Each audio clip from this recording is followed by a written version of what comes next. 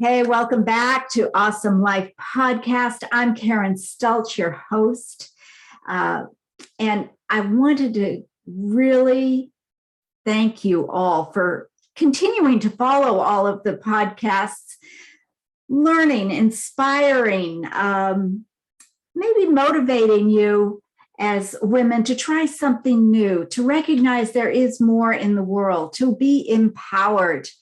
And no matter what your circumstance, to be empowered, to enjoy life, to have an awesome life. And today I have the most amazing lady with me. She's a new friend, and I am so happy to have her in my world. Tricia Parido? Parido. I did it right. As you can tell, I usually go first names, but Tricia is I'm sorry. Okay. You're fine. Bear with me here, guys. This is called, I pulled a card today. All of you who know me know that I pull cards. And I pulled a card today and it said, be flexible. Now I know why. So Tricia Parido is a recovery lifestyle enthusiast, and that's why I love her. She's a speaker. She's a published author and writer. She's a nationally certified life coach. She is an international master addictions specialist and a professional life interventionist with a psych degree in positive psychology and chemical addiction. So she really knows her stuff, and she is going to be sharing with us a lot today. She specializes in life transitions and post-treatment journeys. Tricia is ever committed to serving her clients worldwide, finding the emotional intelligence that they need to conquer their lives. So welcome, Tricia. I'm thrilled to have you share your wisdom and the information for everyone out here. Men can be included in this too, even though Absolutely. It's designed towards women. To tell us, how did you get around to the Turning Leaves recovery program, and how did you get into this area? Super long story. Okay. Super long story. So I'm going to keep it really brief, right? Like I have a really long story. My journey, traumatic experiences and things like that date back to the age of 4. Wow. And so, but really, I say that I had, a 30-year journey in addictions, right? Whether that be process, behavioral, or chemical in nature, but I also had a 25-year recovery journey. And that's because not everything was ready to recover, because I believe that we all can recover. Not everything was ready to recover all at once.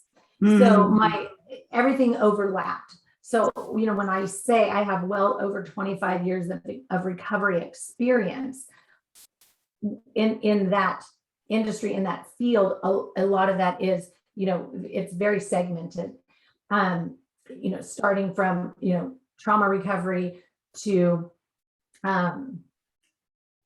recovery from, bad relationships with food, right? Whether that be eating disorders, disordered eating, or just food addiction, because I had all of it, right? And as well as chemical addictions such as alcohol and prescription medications.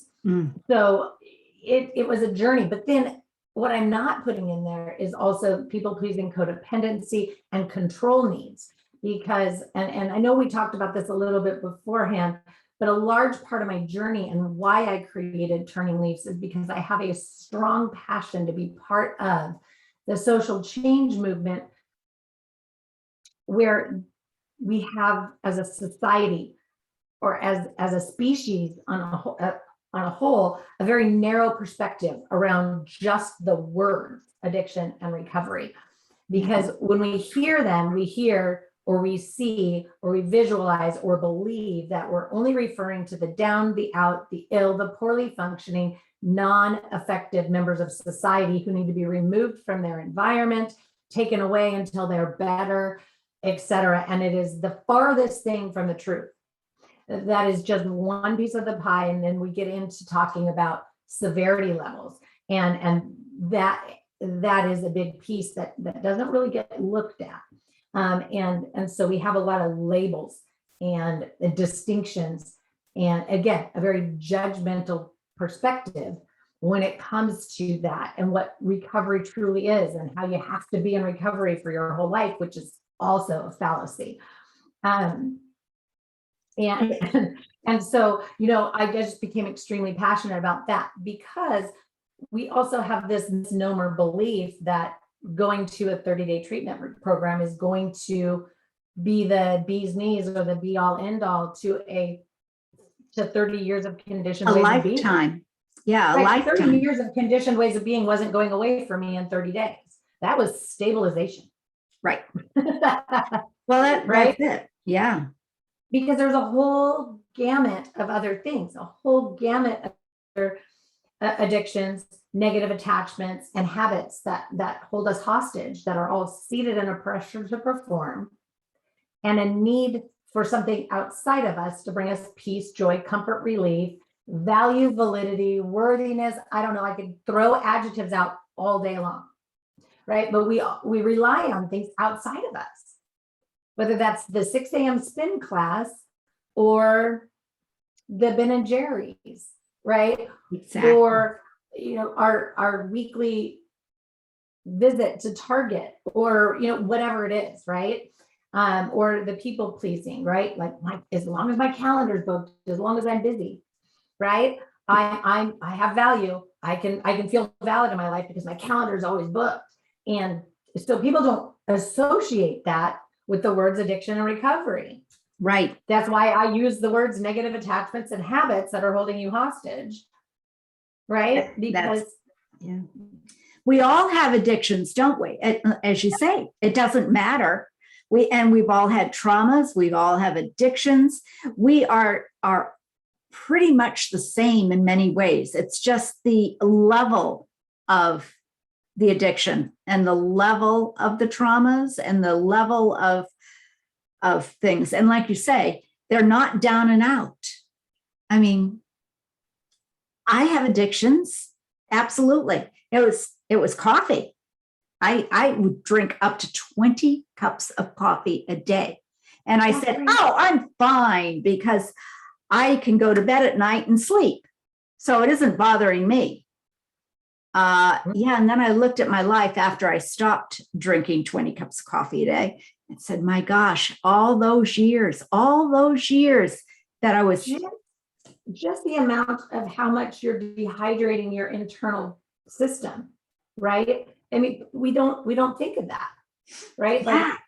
Like, when we talk about food addictions or eating disorders and disordered eating, and I like to keep those things separate because they're all very different. We don't think about the fact that, food or what we put in our body has a purpose. It has a meaning. Mm-hmm. There really needs to be no emotional attachment to it, right? Food is, for all intent and purposes, not meant to be anything but the fuel to keep our vessel functioning, right? So we were told we were only going to get one car in our whole life when we turned 16.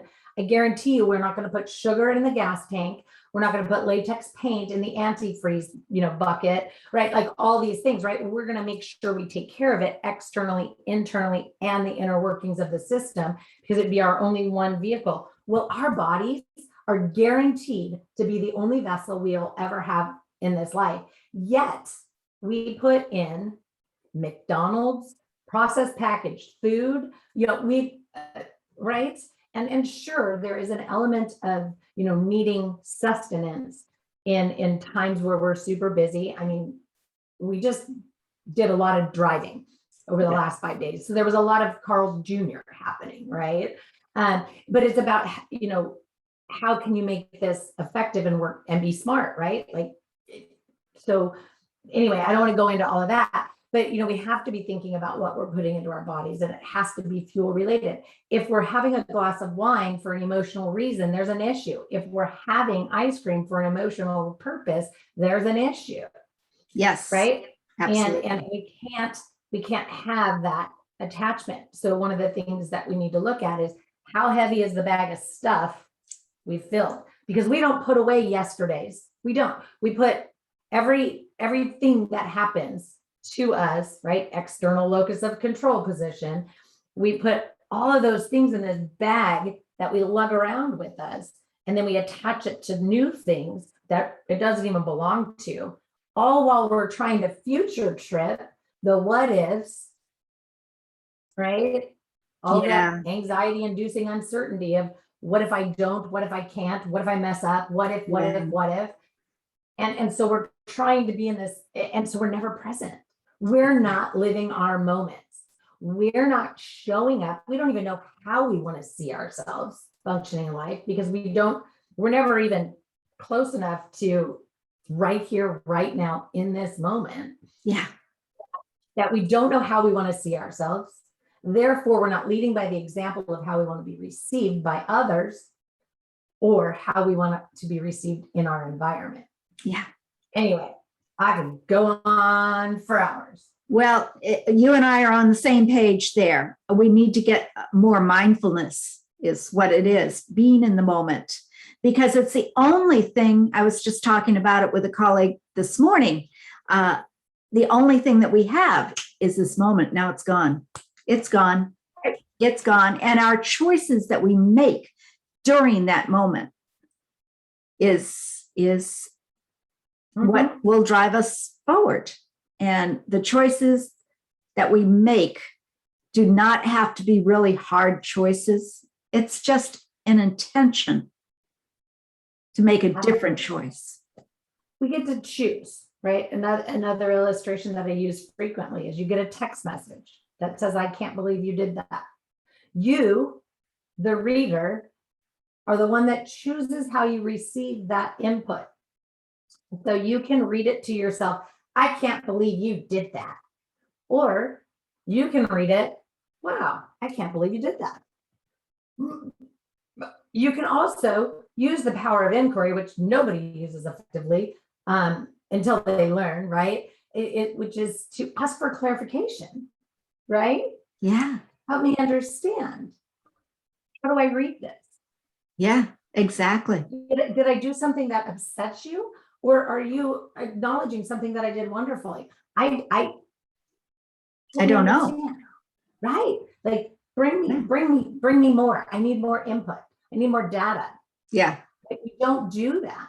Everything is knee jerk. Everything is impulsive. Everything is instant gratification. We have not been brought up. And this is not a slam on anybody, because I'm over 50. I have 5 adult children and I have 5 grandchildren. Well, almost 5 will be next month, but I get it. And so I've had to shift the way I lead by example for the people that are watching me. Right. But we aren't, emotional intelligence isn't an innate thing that we've all possessed. It has to be cultivated. It has to be sought. It has to be nurtured. It has to be conditioned. So Absolutely. we don't have impulse control. Absolutely. Right? We're very knee-jerk reactive. We want instant gratification. But how about, right, assertiveness? How about distress tolerance? How about emotion regulation? Yeah. Right? Like, where do we have those things? And again,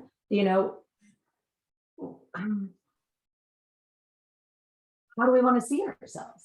How do we want to experience living? And so we just, so again, back to why living without habits is the way to go, or why it fixes everything. Because if your whole day gets ruined because you can't make the 6 a.m. spin class because you have an 8-year-old home sick, and so your whole life just unravels, like, there's an issue. We need to be bendable, flexible, pliable, right? Right. Absolutely. Your card this morning, we need to be more bendable, flexible, pliable, and have a whole lot more resilience in our life as it unfolds, because it unfolds in front of us, not as we control and dictate it or how it did before. It is happening now. We need to be present. And so we can't be coping with irritation, agitation, frustration. But if we find ourselves there, wow, wouldn't it be great to be able to just catch it and redirect it? Absolutely. Versus allowing it to spiral out of control and attach to everything else that comes up. Yeah. The next thing, the next thing, and the next thing. This is why people look for retail therapy. This is why they get, physical fitness addiction is an issue, right? Like everything needs to be lifelong, manageable, and maintainable. It needs to be not seated in pressure to perform. It needs to not have this purpose of bringing us value and validity and worthiness, because it's just something outside of us. It's not speaking to who we truly are. Yeah, the joy comes from the inside. It doesn't come from the outside. The joy comes, the happiness. I tell my clients that it is two different things, really. Happiness is awesome. We're all looking for that. That comes from the outside.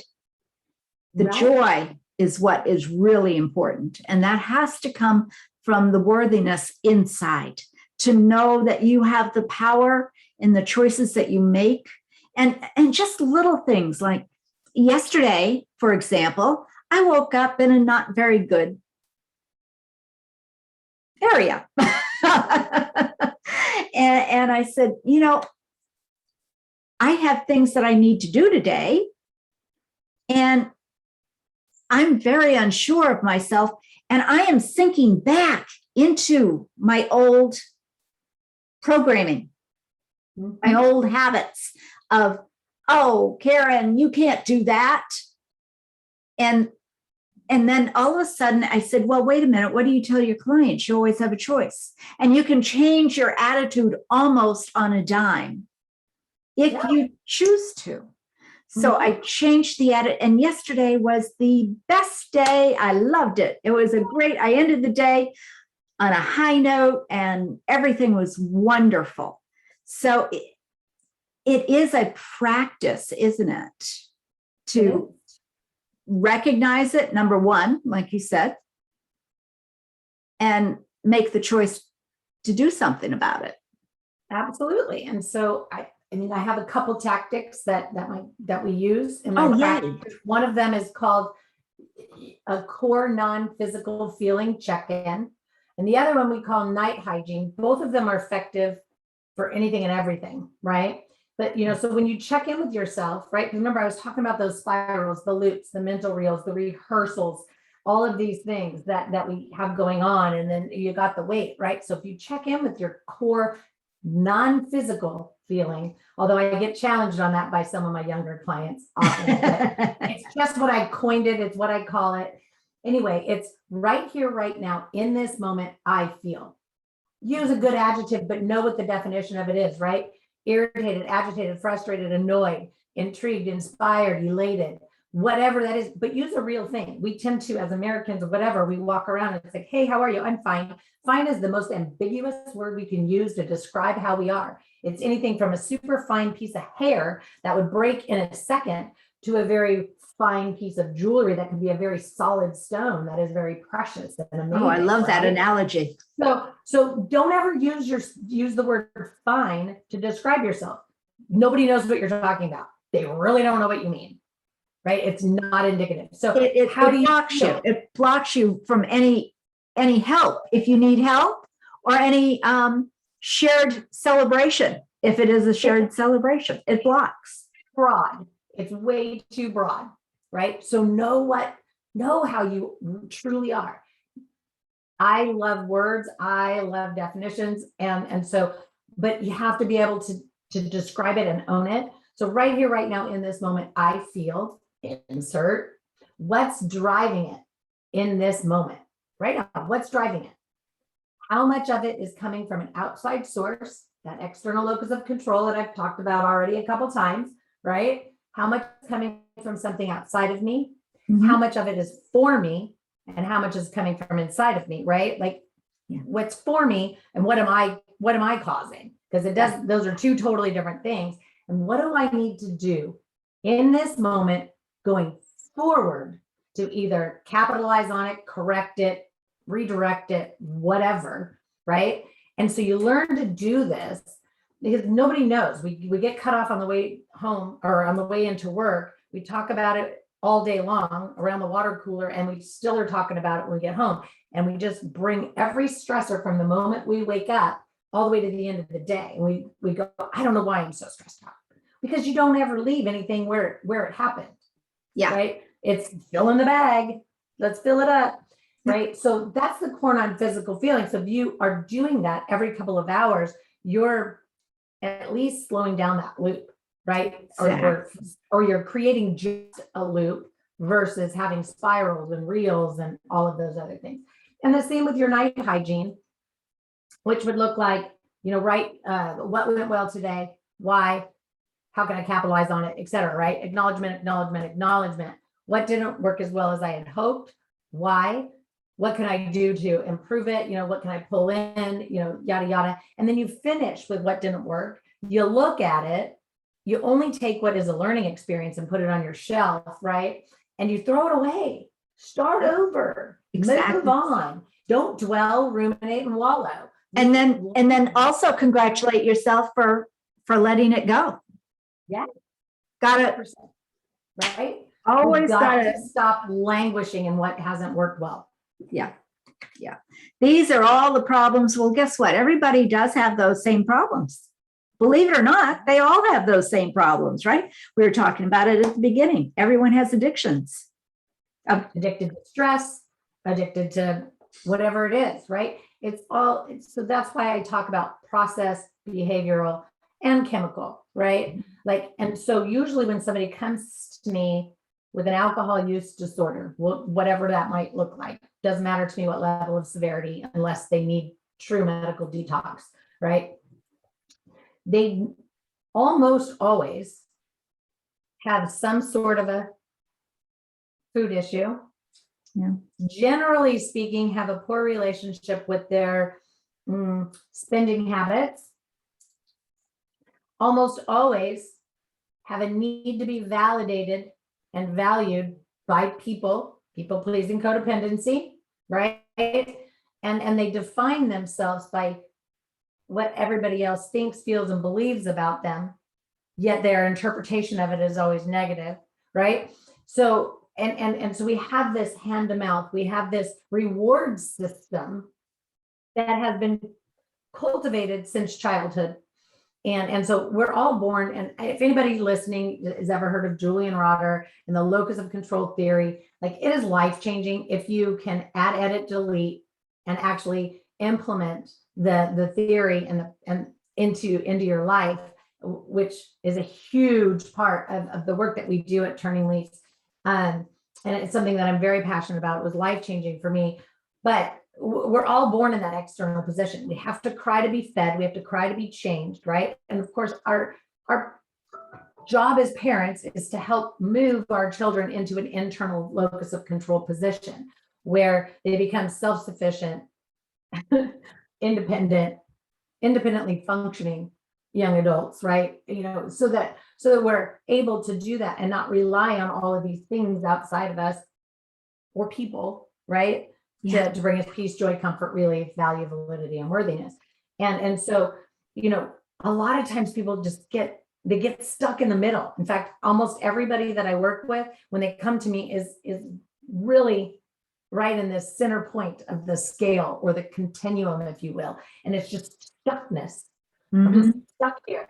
And they have a sense of what an internal drive is with some things, but they're just still held back by all of those other things. Anyway. Yeah. So basically what you're teaching them is how to understand empowerment, how to understand their value in the world, how to really be gratified in and of themselves for all of that. If I'm understanding correctly. To put everything in a nutshell, because what we're doing in the work, which I eat, sleep, breathe, is creating and cultivating and conditioning that emotional intelligence that we didn't know we didn't have, right? Distress tolerance, emotion regulation, impulse control. Yeah. And there's, I'll be honest, from start to finish, there are well more than 52 lessons, because I'm not even bringing in the 31 episodes of strengthening your resilience, or the balance effect, which has another 5. So there is well over a year's worth of lessons that we can actually incorporate and implement into your life.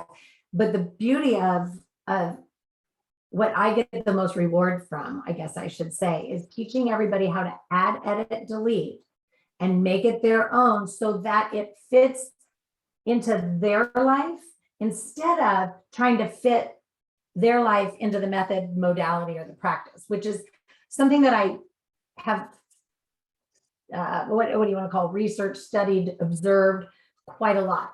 We're definitely a self-help generation. We want to listen to all the books and all the podcasts, and we want to, I'm doing all of these things, and that is great for motivation. That is great for inspiration. That is great for a lot of different reasons. But unless you know how to implement into your life, right? Because here's what people want to do. They want to read this book and then put their life into that instead of learning how to incorporate, right? And so we have this, all of us that are teaching, life improvement journeys, right? Because there's a lot of us out there. We're teaching you from our perspective how it's worked well for us, right? And we're giving you gifts of lived experience, so you don't have to take the 30 plus years that I took to get where I am, right? But that's why I won't just release this as a book. It's no. Like I have to be there to help you take my knowledge and experience and apply it in a fashion that speaks your language, that is going to actually fill the need inside of your life. So it just can't be done. And unfortunately, it just can't be done without me.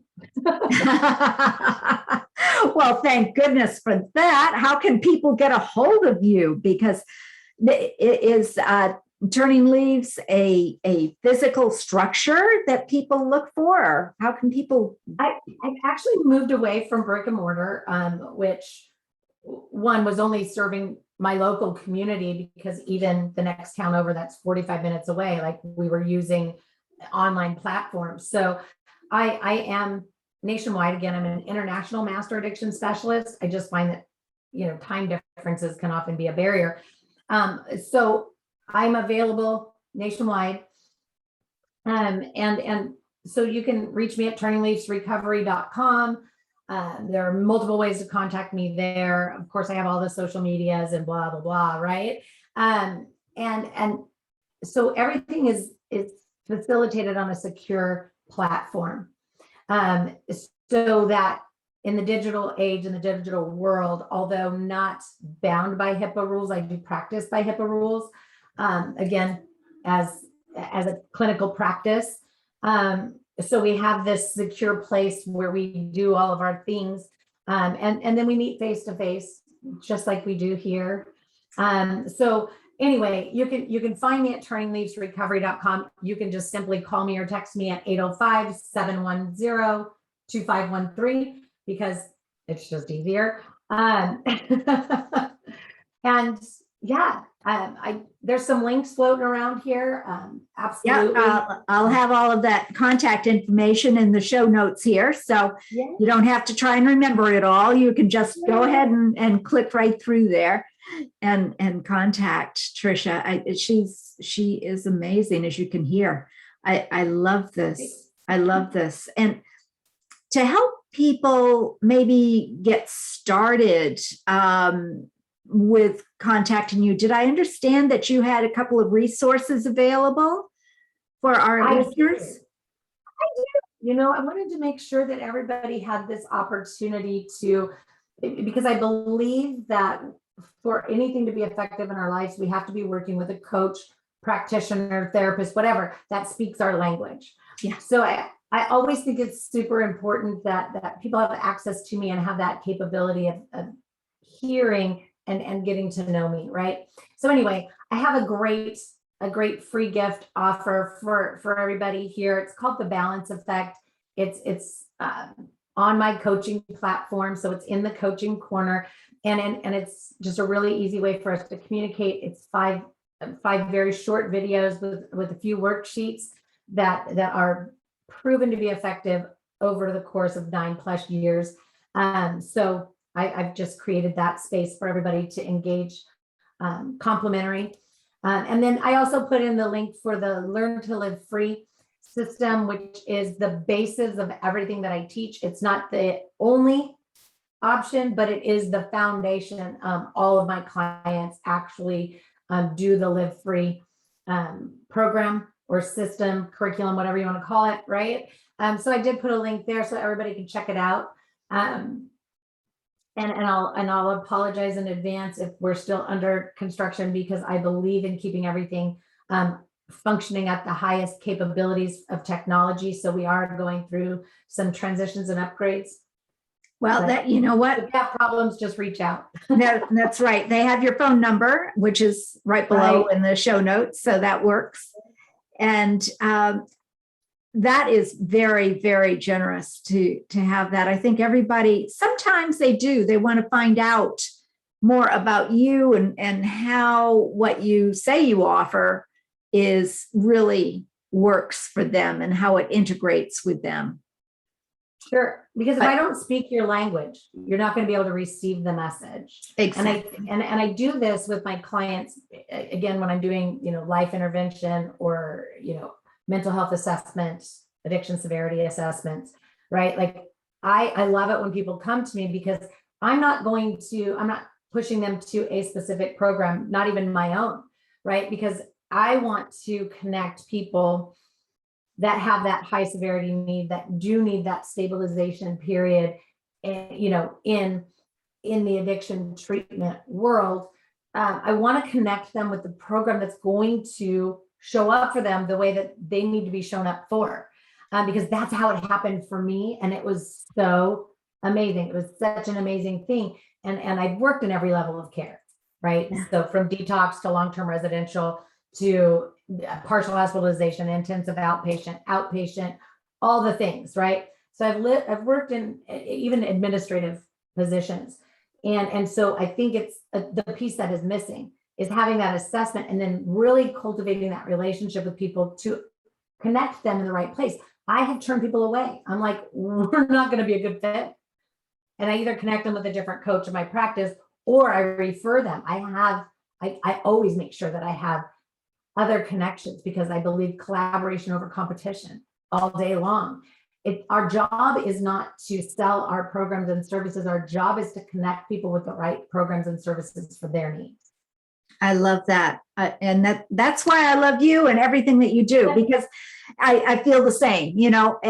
I know my work can be really beneficial, but if I'm not communicating in a way that they can hear, then I need to be able to have other people available to help them along.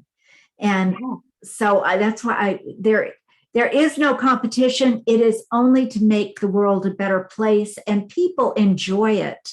Having an awesome life is being able to feel that joy and really enjoy it. We were put on this earth to be happy. And we all have a purpose. We just don't often know how to see it. Yes, sometimes it needs to be brought out. Sometimes through the assessments, it gets clearer. And then the question is, how can we implement that to create that purpose? And it really is not that hard. No. I love that.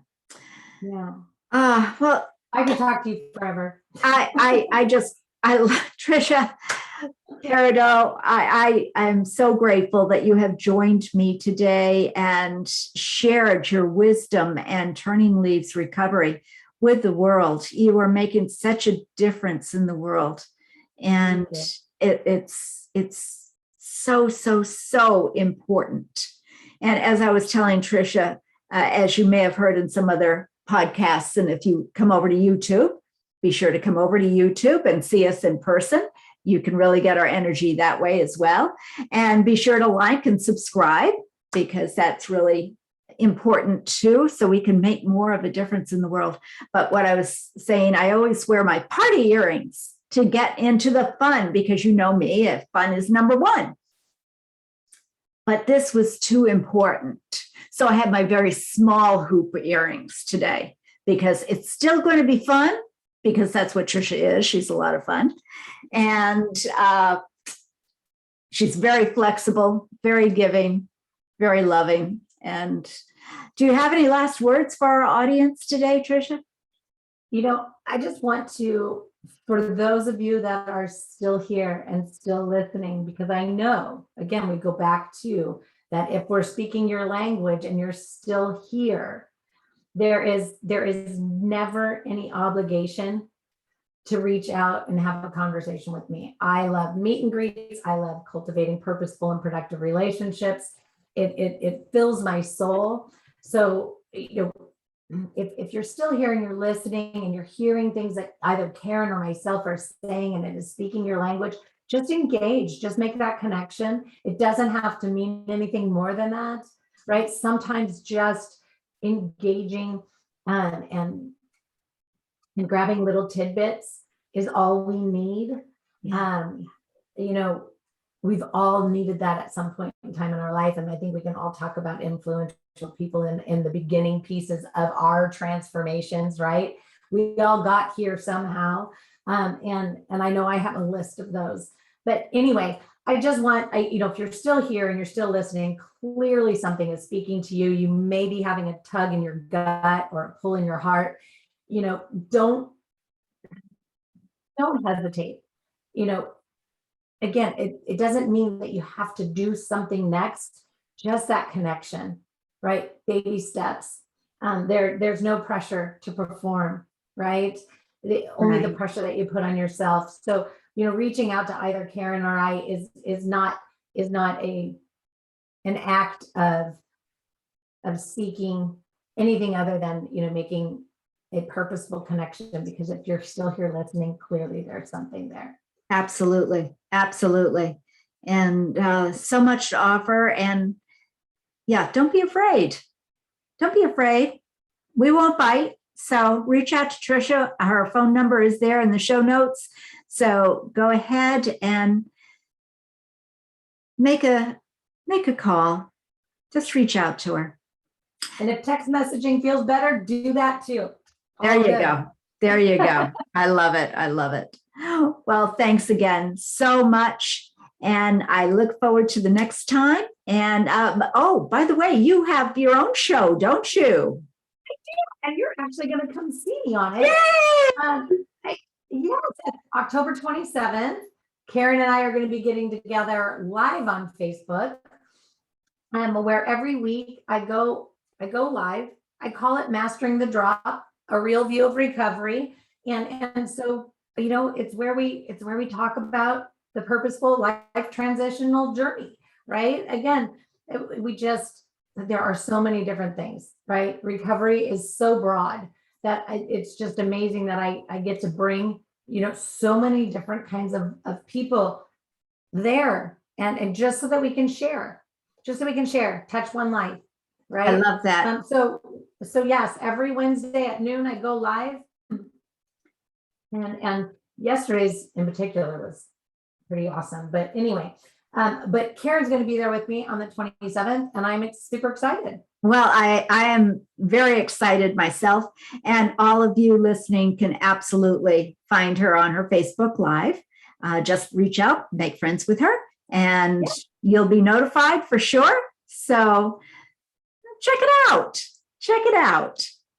Thanks again so much for joining me today. And until the next time, have an awesome life.